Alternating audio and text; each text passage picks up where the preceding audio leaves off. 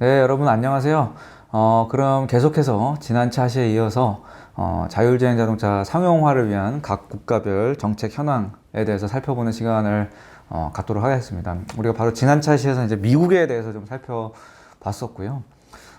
미국에서 일단 가장 눈여겨보실 건 셀프 드라이브 액트라는 그런 법입니다. 그래서 셀프 드라이브 액트라는 것은 특히 뭐 자율주행과 관련된 뭐 어떤 보안 시스템을 갖추어야 하고 뭐 등등 해가지고 이런 여러 가지 법안을 발의를 했었고요.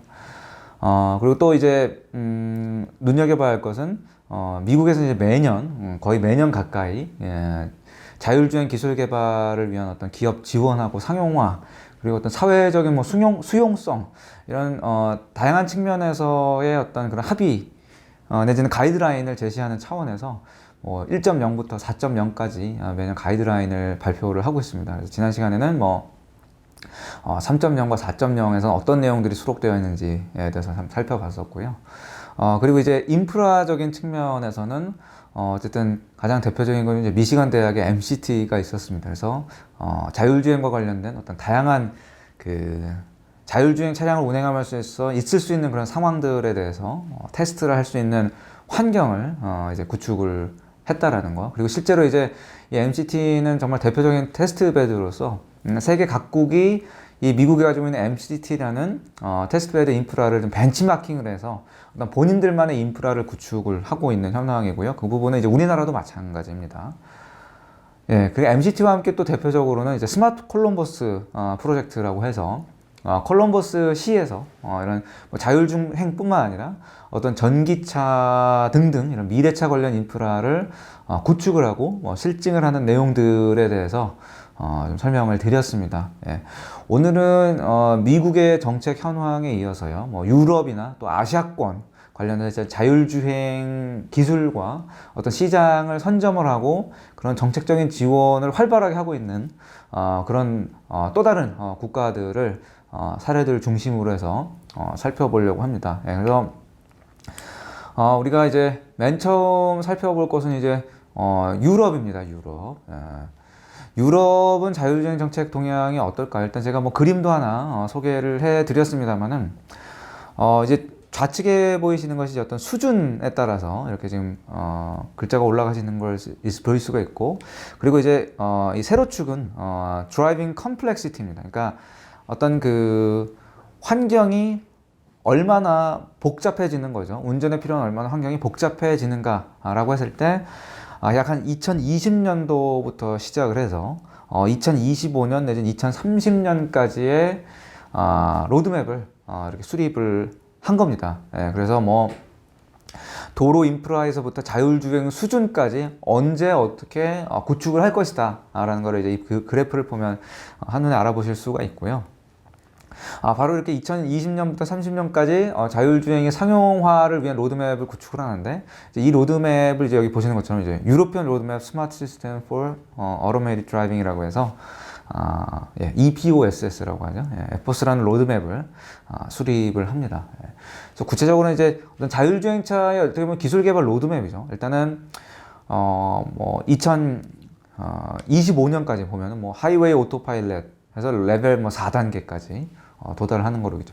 고속도로에서 일단 자율주행 레벨을 한 2025년까지 레벨 4로 끌어올리겠다. 그리고 이제 뭐 시티 드라이빙 같은 경우에는 이제 아무래도 하이웨이 고속도로보다는 더 다양한 변수가 많죠. 예. 그래서 이제 이 시티 드라이빙 같은 경우에 이제 한 2030년까지 이제 레벨 4 수준으로 도달을 하는 것. 그리고 궁극적으로는 이제 그 이후 최종적으로는 이제 그야말로 오토노머스 카라고 부를 수 있는 완전 자율주행, 5단계의 그 완전 자율주행 차량의 상용화를 위한 로드맵을 이렇게 구축을 하고 있습니다. 그래서 좀 세부적으로는 이제 자율주행의 기술 개발 로드맵을 상용화까지의 그 로드맵을 R&D 어떤 기술에 대한 연구 개발이라든지 데모, 뭐 실증이죠, 실증 그리고 상용화 등 이제 3단계로 구분을 해서 궁극적으로 이제 2050년이군요. 예, 2050년에 여기 보시는 것 같이 이제 레벨 5의 자율주행차의 상용화를 목표로 하고 있는 그런 로드맵을 수립을 하고 있는 상황입니다. 예. 뭐 뒤에서도 배우시겠지만 우리도 이제 2030년까지 자율주행 차량, 뭐 레벨 고단계, 레벨 4, 5단계의 자율주행 차를 상용화하기를 위한 노력을 하고 있고요. 뭐 거듭 말씀드리지만 이제 자율주행, 특히 4단계나 5단계의 자율주행은 기술적으로도 갈 길이 멀고 법적으로도 갈 길이 멉니다. 예, 그렇기 때문에 뭐 하루아침에 바로 상용화가 될 수 있는 것이 아니고요. 그렇기 때문에 결과적으로 자율주행의 어떤 정의에 대한 가이드라인도 이렇게 뭐 0단계부터 5단계까지 아시다시피 가이드라인이 필요한 거고, 또 각 국의 입장에서도 어쨌든 최종적인 목표는 당연히 레벨 5의 상용화가 아니겠습니까? 레벨 5의 상용화일 텐데, 그 레벨 5 상용화를 하루아침에 할 수가 없는 거기 때문에 이렇게 연도별로 로드맵을 정해서 뭐 언제까지는 뭐 고속도로 수준에서는 몇 단계, 뭐 시내 주행 수준에서는 몇 단계, 뭐 최종적으로 뭐 그래서 뭐 3단계는 언제, 4단계는 언제, 뭐 5단계는 언제, 이런 정도의 수준으로 로드맵을, 상용화를 위한 로드맵을 구축을 하고 있다라는 걸로 이해를 하시면 될 것 같습니다. 그래서 유럽의 그 에퍼스 로드맵의 그 마일스톤을 단계별로 살펴보면요, 어떻게 보면 지금은 1단계의 시점에 있다라고 할 수 있습니다. 1단계의 시점이라고 할 수가 있는데, 이 자율주행 플랫폼 로드맵을 위한 주요 대상 도로는 보시면 이제 주차장입니다. 주차장이고 뭐 자동차 전용 도로 등입니다. 예, 그래서 눈치를 채신 분들도 있겠지만 사실 상대적으로 뭐 주차장, 자동차 전용 도로 하면 굉장히 좀 한정적이다라는 느낌이 들죠. 그러니까 아까도 말씀드렸지만 하루아침에 모든 도로에서 자율주행을 할 수 있는 것이 아니기 때문에 일단은 조금 이제 제한적인 어떤 구간 위주로 시작해서 그 자율주행이 가능한 어떤 레벨과 그 가능한 범위를 이제 점차 넓혀가는 쪽으로 이제 로드맵을 구축했다라고 이해를 하시면 될 것 같습니다. 그래서 주차장과 자동차 전용 도로가 첫 단계 마일스톤입니다. 그래서 뭐 보시면 알겠지만 이제 좀 저속주행, 그리고 좀 덜 복잡한, 그래서 조금 더 어떻게 보면 고를 도달하기가 좀 용이할 것으로 생각되는 부분들을 이제 1단계 마일스톤의 대상으로 삼았습니다. 그래서 주로 이제 이런 자동차 전용 도로 같은 경우에서 교통 체증 등의 이런 시나리오가 발생했을 때 그런 부분들에 대해서 이제 잘 뭐 대응을 하느냐 라는 부분들을 수준으로 이제 로드맵을 제시를 하고 있는 겁니다. 예. 2단계는 어떤가요? 예, 2단계는 이제 2025년도까지군요. 2단계는 2025년까지인데 조금 더 그 대상 도로가 이제 확대되는 모습을 확인을 하실 수가 있습니다. 그래서 자동차 전용 도로뿐만 아니라 이제 고속도로가 추가가 됐죠. 예, 고속도로가 추가가 됐습니다. 그래서 상대적으로 1단계는 조금 더 덜 복잡하고 저속주행이 가능한 환경이었다면 2단계는 그보다 조금 더 빠르게 주행을 할 수 있고 조금 더 복잡한, 그래서 중고속 주행이 가능하고 더 복잡한 환경을 대상 도로로 택했다라는 거를 알 수가 있습니다. 그리고 이제 인식 대상의 측면에 있어서는 이제 먼저 동물부터 시작을 하는 거죠. 그러니까 동물이 과연 이 자율주행을 위한 소프트웨어 컴퓨팅 플랫폼에서 이런 동물 등등 이런 동적인 사물의 객체들을 제대로 인식하고 판별을 하고 어떤 판단을 내릴 수 있는, 뭐 이걸 피해서 갈지 어떻게 그냥 가도 되는지 판단을 내릴 수 있는 그런 근거를 정확하게 제공을 하는지를 그런 수준까지 이제 보겠다라는 거죠. 예. 그리고 조금 더 이제 1단계보다는 상황이 더 다양해진 걸 알 수가 있습니다. 단순한 교통체증뿐만 아니라 어떤 구간에서 자율주행을 완전히 하느냐, 그리고 결국 이제 레벨이 높아져야 되잖아. 더 높은 레벨의 자율주행이 구현이 되어야 하는 만큼 운전자에 대한 자유도는 더 증가할 수 있는가라는 부분들. 그리고 아까 인식 대상이 이제 동물이 추가가 됐다라고 말씀을 드렸는데요. 동물의 충돌을 잘 피하는가, 그러니까 장애물을 잘 인식하고 피하는가, 적절한 시점에 이제 피할 수 있는가라는 부분들. 그리고 뭐 조금 더 구체적으로 이제 철길 건널목 같은 거를 이제 잘 대응을 해서, 가령 철길에 이제 또 신호등이 있을 거잖아요. 뭐 없을 수도 있지만, 그래서 신호등이 있다면 그 신호등과의 뭐 통신을 가령 잘 주고받아서, 혹은 그 신호등을 센서로 잘 상태를 인식을 해서 초록불일 때는 잘 지나가느냐. 그리고 가령 그런 철길 건널목에 신호등이 없다라고 하더라도 자동차 센서로 이렇게 잘 봤을 때 가령 이제 철길에 뭐 기차라든지 뭐 보행자도 있을 수가 있고요. 내가 충분한 안전거리가 확보가 되었고 그 건널목을 이제 잘 지나갈 수 있느냐, 이제 그런 부분들에 대해서 테스트를 하는 것이 이제 2단계의 마일스톤이다 라고 보시면 될 것 같습니다. 최종적으로 3단계네요. 3단계. 3단계는 이제 2030년까지죠. 2030년까지인데 이제 대상이 되는 도로가 이제 도심입니다. 예, 도심이고요. 혹자는 이제 뭐 고속도로보다 도심의 주행 상황이 복잡하냐라고 문의를 드실 수도 있을 것 같은데, 뭐 운전을 해보신 분들이라면 아시겠지만 고속도로보다는 도심이 훨씬 더 운전하기가 어렵습니다. 예, 그래서 고속도로에서는 사실은 뭐 신호등도 더 많지가 않고요. 뭐 이런 사실 교차로라든지 이런 좌회전해야 되는, 우회전해야 되는 상황도 없고요. 예, 그리고 막히지 않는 상황을 가정한다면 사실 시내보다 이런 어떤 교통차의 이동량 같은 것도 훨씬 적죠. 예, 오히려 고속도로가 주행을 하기에는 훨씬 더 쉽습니다. 도심보다는. 예, 근데 이제 도심은 그만큼 가장 복잡한 환경이기 때문에 결국은 궁극의 자율주행이 되기 위해서는 아무리 복잡한 환경, 즉 도심에서도 자율주행이 가능해야 되죠. 예, 그래서 복잡한 환경, 도심과 같은 상황에서도 자율주행이 되는가를 봐야 하고, 또 인식 대상에 대해서는 동물뿐만 아니라 사실 가장 또 중요하게 생각해야 되는 것 중에 하나가 이제 바로 보행자입니다. 보행자나 이륜차, 자전거라든지 무슨 오토바이 같은 것들 많죠. 또 킥보드도 있을 거고요. 또 교통신호, 이런 부분들에 대해서 모두 다 인식을 하냐. 그러니까 웬만한 운행하는 과정에서 맞닥뜨리는 도로 위에 인프라에 대해서는 모두 다 정확히 인식을 하느냐. 아니, 당연히 그래야 이제 레벨 5의 자율주행이 가능하니까요. 그래서 인식 대상이 이렇게 더 구체화가 되었고요. 또 이제 우리가 2단계 마일스톤에서 이제 구간별 자율주행, 운전자 자유도를 보는 정도였지만, 3단계라고 해서는 이제 운전자는 개입을 전혀 하지 않아야 되기 때문에 드라이버리스가 돼야 된다. 그러니까 운전자가 없어야 된다라는 거죠. 예, 물론 이제 유럽 내 도시 지역이라든지 도시별로 요구 사항은 상이할 수 있습니다만, 어쨌든 이렇게 3단계 마일스톤까지 대상 도로라든지 교통 상황이라든지 인식 대상이나 기술 및 시나리오 측면에서 더 어렵고 복잡해지고 더 현실적으로 다가간다. 예, 그래서 결과적으로는 이제 2025년 고속도로 자율주행이라든지 2030년까지 이제 도심의 자율주행을 상용화하는 것이 목표다라는 것이 이제 어떻게 보면 이 그래프가 이제 가리키는 바죠. 그래서 이제 이제 다시 한번 이 그래프를 놓고 보시면 1단계 2020년 정도에선 주로 발레 파킹이라든지 트래픽 잼, 교통 체증 같은 걸 본다면, 이제 2단계에서는 슬슬 좀 하이웨이에서의 어떤 자율주행 능력을 보는 거죠. 그리고 3단계에서는 궁극적으로 이제 시티 드라이빙까지 해서 이렇게 2030년까지 해서 결과적으로 최종적으로는 이제 2030년까지 이제 완전한 도심의 자율주행 상용화를 목표로 하는 것이고, 그야말로 이제 5단계의 고도화된 완전 자율주행은 이제 2050년까지도 이렇게 보는 이런 로드맵을 구축을 하고, 이런 단계별 이제 지원을 그에 맞춰서 이제 유럽이 실시를 하고 있는 거겠죠. 예. 뿐만 아니라 이제 또 이런 에퍼스 로드맵뿐만 아니라 다른 로드맵도 있습니다. 그래서 이제 유로피언 로드 트랜스포트 리서치 어드바이저리 카운슬이라고 해가지고 ERT 렉이라고 하는 이런 또 로드맵을 구축을 하고 있습니다. 그래서 이건 이제 에퍼스 로드맵 외에 이런 로드맵을 또 왜 구축을 하는 거냐라고 생각을 하실 수가 있는데, 사실은 이제 여기 이렇게 다양하게 어떤 로드맵을 제시를 했습니다만, 사실은 이게 어떤 차종의 종류에 따라서도 사실 로드맵이 다르게 구축이 될 수가 있는 거거든요. 가령 이게 자동차를 대상으로 한 로드맵이라면 트럭도 과연 같은 로드맵을 따라가느냐.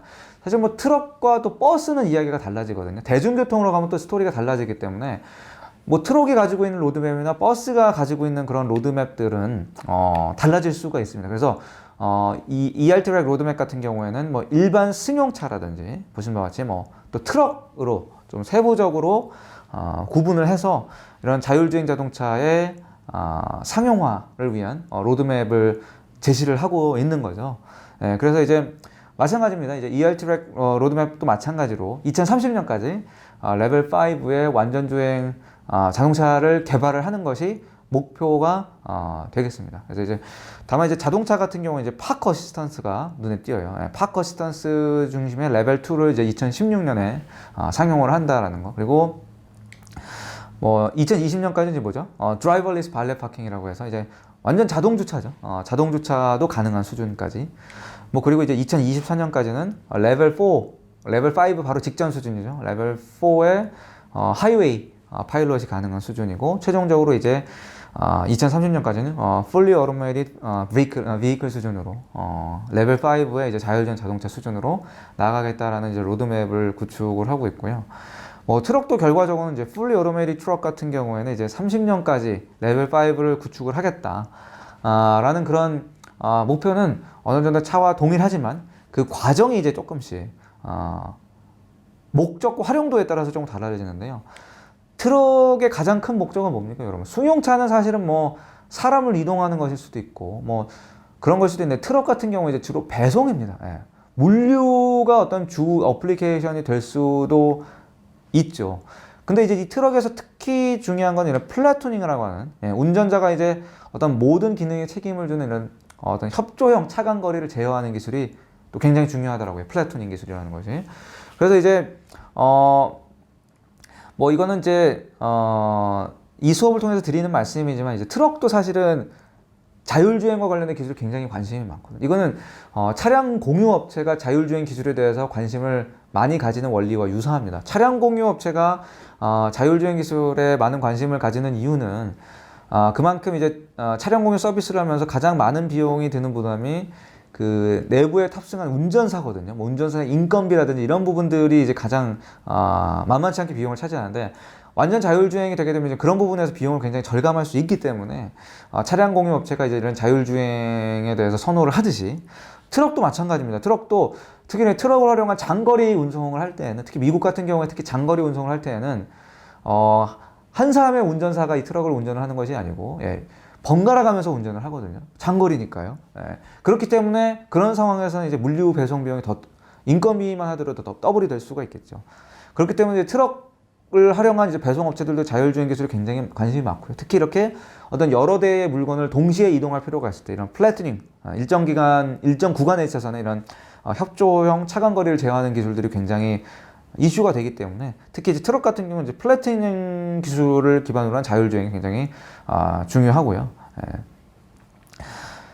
그래서 이제 트럭 같은 경우에는 이제 그런 것들 또 트럭 플래트닝에서 이제 V2V 기반의 V2V 발음이 어렵군요. V2V 기반의 군집주행. 그래서 그런 부분들도 더 이제 기술적으로 난이도가 있기 때문에 이런 부분에 있어서 이제 2022년까지 이제 상용화를 하겠다.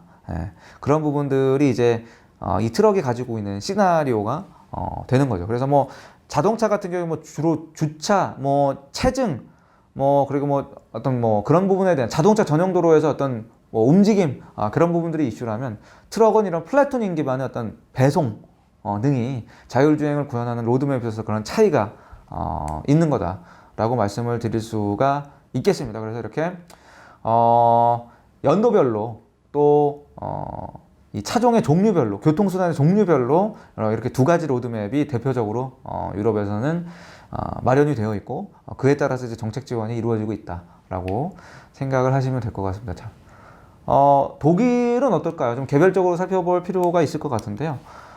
독일도 뭐 어쨌든 정통적인 자동차 강국입니다. 뭐 자동차 강국을 떠나서 전통적인 이런 하드웨어 뭐 제조 강국이죠. 근데 이제 이런 독일도 어쨌든 자율주행 자동차에 당연히 많은 관심을 가질 수밖에 없습니다. 그렇기 때문에 이 자동차 관련 그런 그 기술을 투자하는 데 있어서 굉장히 많은 자금을 투자를 하고 있다고 합니다. 그래서 특히 이제 뭐 자율차뿐만 아니라 이런 친환경 교통 인프라, 이런 전기차나 수소차 등 이런 미래 친환경 차를 대비한 이런 그 지속 가능한 친환경 교통 인프라를 구축하는데 102억 5천만 유로, 뭐 우리 돈으로 얼마인가요? 많은 돈, 한 1조 원 정도가 이제 투입이 되고 있는 것으로 이렇게 데이터가 나와 있고요. 그리고 또 자동차 산업 관련해서 이런 다양한 신기술 개발을 促진하는 데 있어서 무려 또 20억 유로 정도, 한 2,500, 600억 정도가 될까요? 그 정도의 어떤 자금을 투자를 하고 있고요. 뭐 당연히 통신 플랫폼 인프라 구축 중요합니다. 통신 인프라 구축 중요하기 때문에 이런 어떤 5G 기반의 네트워크를 또 구축하는데 또 50억 유로. 그리고 5G를 넘어서 또 6G에 대한 연구 개발까지 해서 또 20억 유로를 또 추가로 투자를 하고 있거든요. 그리고 이 AI와 양자 기술은 뭔가요? 양자 기술은 일종의 암호화를 위한 보안 기술 중에 하나입니다. 아까도 뭐 지난 차시에서도 말씀을 드렸지만 지난 주차에서도 말씀을 드렸고요. 어쨌든 각 국에서 이런 자율주행 자동차가 각종 데이터의 어떤 해킹 등 악의적인 목적을 위한 이런 사이버 범죄로부터 기본적으로 안전하게 보호할 수 있는 그런 보안 시스템을 장착하도록 의무화를 하고 있거든요. 예. 근데 이 양자 기술이라는 것이 그런 오가는 데이터를 양자화해서 암호화하면서 어떤 데이터를 충분히 보호할 수 있는 그런 또 굉장히 우리나라 통신사에서부터 많이 연구하고 있는 그런 기술 중에 하나입니다. 그래서 그냥 양자 기술 중에 각 산업에 또 역시 20억 유로를 투자를 하고 있고요. 또 이제 메르켈 총리나 이제 연방 장관들 뿐만 아니라 대표적인 이제 자동차 업체들 대표들이 또 2020년 9월에 또 자동차 정상회담을 개최를 합니다. 예. 자동차 정상회담을 개최를 해서 어쨌든 우리는 2022년까지 자율주행 자동차를 상용화하자. 예, 자율주행 자동차를 상용화를 하고 그렇게 해서 이제 자율주행 자동차를 이제 독일 전국에 한 400개 지역에 이제 투입을 하자. 그런 부분들에 대한 논의도 활발하게 이루어지고 있는 그런 상황입니다. 네, 그럼 뭐 영국은 어떨까요? 예, 영국은 2015년이죠. 예, 2015년인데요. 그 CCAV라고 하는 Center for Connected Autonomous Vehicle이라고 해서요. 그 일종의 뭐 자율주행차 지원센터라고 보시면 됩니다. 예, 그래서 영국 교통부 내에 속한 자율주행과 관련된 모든 어떤 정책적인 지원을 하는 그런 부서라고 생각을 하시면 됩니다. 그러니까 교통부 내에 자율주행만을 위한 그런 전담 부서를 배치를 한 거죠. 2015년에 그렇게 해서 설립을 했고요.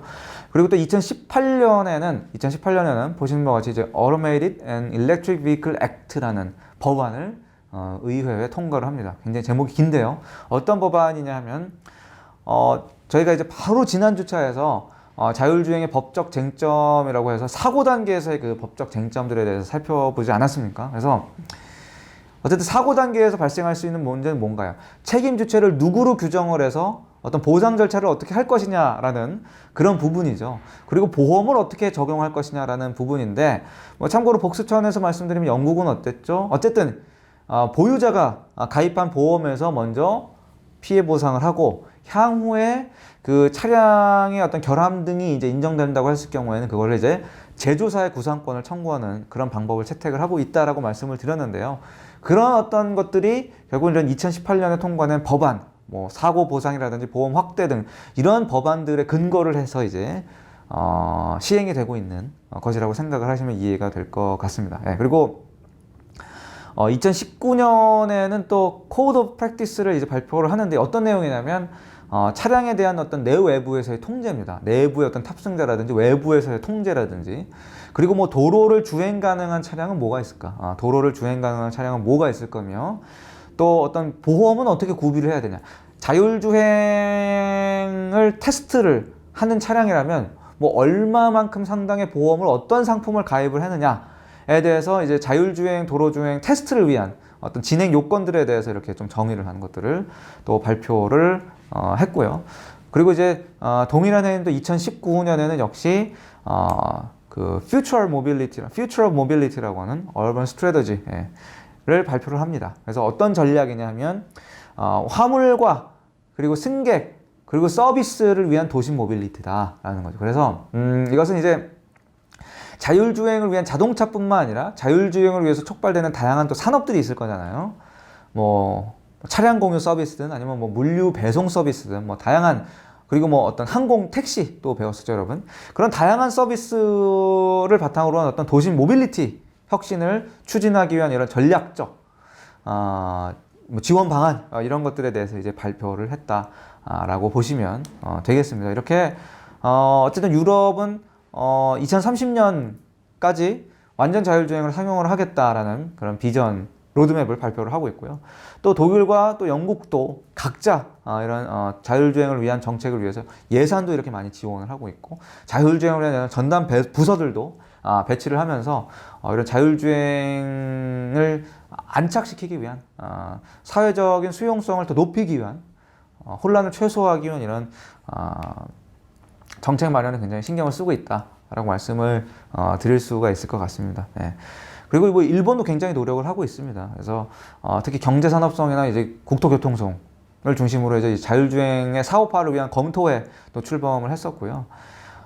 특히 이제 뭐 일반 도로에서도 시험주행 허가도 뭐 물론 하고 있습니다. 그리고 또 마찬가지로 일본도 네, 유럽과 꼴은 같고 2030년까지 완전 자율주행을 목표로 하겠다라는 그런 그 관민 ITS 구상 로드맵도 2015년에 발표를 했었습니다. 뭐 뒤에서 배우시겠지만 이제 대한민국 같은 경우에도 2015년에 정확히 또 대한민국 자율주행차 상용화를 지원하기 위한 그런 정책을 발표를 한 바가 있었고요.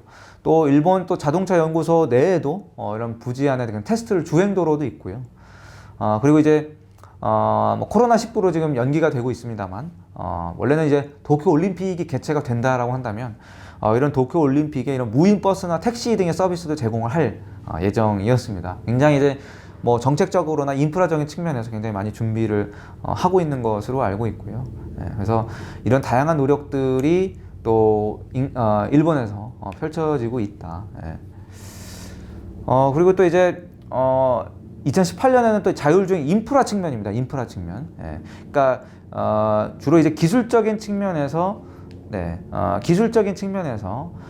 이런 자율주행을 위한 목표를 구상을 했다면 또 인프라적인 측면에서도 이 자율주행 인프라 기술만 뒷받침될 게 아니라 기술만 있어야 될 게 아니라 기술을 뒷받침할 인프라가 또 있어야 된다는 거죠. 로드맵을 발표를 합니다. 그래서 뭐 보시는 것처럼 이제 민간 자율주행 자동차 부분, 또 물류 서비스 부분, 그리고 모빌리티 서비스 부분, 그다음에 뭐 혁신 이니셔티브라는 이제 네 가지 측면에 있어서 뭐 어떤 뭐 안전 주행을 위한 시스템 구축, 그다음에 뭐 자율주행을 위한 트럭, 그다음에 이제 표준 기술, 교통 시스템과 표준 기술, 그다음에 이제 법률적인 제도적인 개선 부분의 측면에 맞춰서 이런 혁신 이니셔티브를 구성을 하고 있다라는 것을 말씀을 드립니다. 예. 그리고 또 자율주행 도로망 고도화를 위한 이런 간선도로, 고속도로 뭐 개선을 위한 이런 정책 방향도 수립을 하고 있다라는 걸 좀 말씀을 드리고 싶습니다. 그래서 그런 부분들에 대해서 이제 강의노트의 뭐 그림들을 보시면 뭐 2020년까지는 뭐 고속도로는 레벨 몇, 뭐 간선도로는 레벨 몇, 또 2025년까지는 뭐 고속도로는 뭐 레벨 4, 간선도로는 레벨 3 이렇게 어떤 도로별로 수준별로 인프라를 구축했다는 점에서는 아까 그 유럽에서 제시했던 에포스 로드맵과 굉장히 또 유사한 부분이 있다라고 말씀을 드릴 수가 있을 것 같고요. 그리고 또 이런 아까 미국에서 경우에 살펴봤던 것처럼 미국이 대표적인 또 자율주행을 위한 테스트베드가 뭐가 있었죠? MCT가 있었죠.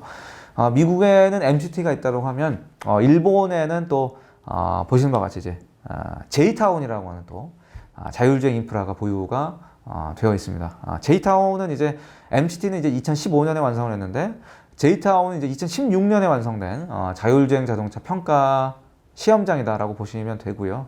그래서 이제 세 가지로 구성이 되어 있습니다. 그래서 여기 보면 한자긴 하지만 특이환경 시험장. 그래서 특이환경이라는 건 뭐 예상하시겠지만 비와 안개, 폭풍우, 뭐 눈과 같은 이런 악천후 상황을 연출을 할 수 있는 겁니다. 이런 곳에서 이제 자율주행 차량이 얼마나 잘 악천후에 대응을 하느냐라는 부분들. 그리고 V2X C가지라는 인프라가 있군요. 그래서 V2X 통신이죠. 그래서 통신과 관련된 인프라죠. 통신 설비, 뭐 정보 인프라 등이 구축이 되어 있어서 이런 V2X 통신을 통해서 자율주행 차량이 얼마나 잘 제어가 되느냐라는 부분들이 있고요. 그리고 다목적 C가지, 다목적 C가지는 이제 그야말로 일반 도로 주행 상황과 비슷한 그런 환경으로 이제 구성된 인프라다라고 말씀을 드릴 수가 있겠습니다. 네, 또 마지막으로 중국 한번 살펴볼까요? 중국은 자율주행 정책 동향이 어떤가? 중국도 마찬가지로 굉장히 관심이 많죠. 뭐 관심이 없는 나라가 어디 있겠습니까만은 중국도 주로 이제 베이징, 상하이 그리고 이제 충칭 도로를 중심으로 이제 개방을 해가지고 자율주행차 개발을 지원을 하고 있습니다. 그래서 2016년도에는 이제 중국 재정부 같은 경우는 스마트 제조 발전 계획을 발표를 했죠. 그래서 5개년 계획을 발표를 하면서 자율주행 자동차를 어떤 혁신 발전의 중점 대상으로 삼겠다라는 걸 이제 지정을 했고요. 2017년 12월에는 이제 베이징 같은 경우 최초로 자율주행 자동차 도로 시범 운행 관리 시행 세칙도 발표를 했습니다. 상하이도 그 뒤에 따라서 또 스마트 네트워크 자동차를 위한 도로 시범 운행 관리 방침을 또 그 뒤에 따라서 이제 충칭시도 또 충칭 자율주행 도로에서 시범 운행 관리 실시 세칙을 발표하면서 주로 이제 세 개 도시를 중심으로 해서 이런 자율주행차 개발을 지원을 하고 있고요.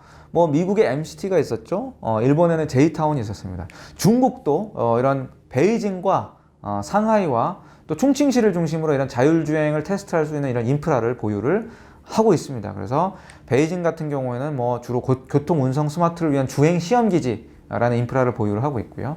상해에도 상해 국제 자동차 스마트 네트워크 자동차 주행 시험 시범구라는 인프라를 보유를 하고 있습니다. 또 충칭시에도 이제 아이비스타라고 하는 스마트 자동차 시행 평가 기지를 보유를 하고 있고요. 바로 지금 보시는 것이 이제 충칭에 있는 그 평가 기지의 표면도다라고 생각을 하시면 되겠습니다. 네. 네, 이렇게 해서 이번 차시에서 유럽과 일본, 중국 등을 중심으로 이제 어떻게 자율주행을 위한 지원이 펼쳐지고 있는가를 살펴봤습니다. 예, 유럽 같은 경우는 이제 에포스라든지 이제 ERT 렉과 같은 이런 로드맵을 통해서 자율주행을 위한 로드맵을 단계별로 구축을 해 나가고 있고요. 일본도 이제 정부의 정책적인 지원과 함께 J타운이라는 테스트베드를 활용을 해서 자율주행 테스트 개발을 지원을 하고 있고요. 중국도 이제 이런 상해나 충칭과 같은 베이징과 같은 또 대도시들을 중심으로 이런 자율주행 테스트를 위한 도로도 개방을 하고 있고 지침도 만들고 있고 또 도로마다 테스트도 도시마다 또 이런 인프라 테스트를 위한 테스트베드도 구축을 하고 있다라는 점을 말씀을 드렸습니다. 다음 차시에서는 이제 대한민국은 어떠한 정책점을 지원을 하고 있는지 그 부분들에 대해서 중점적으로 살펴보겠습니다. 네, 고생하셨습니다.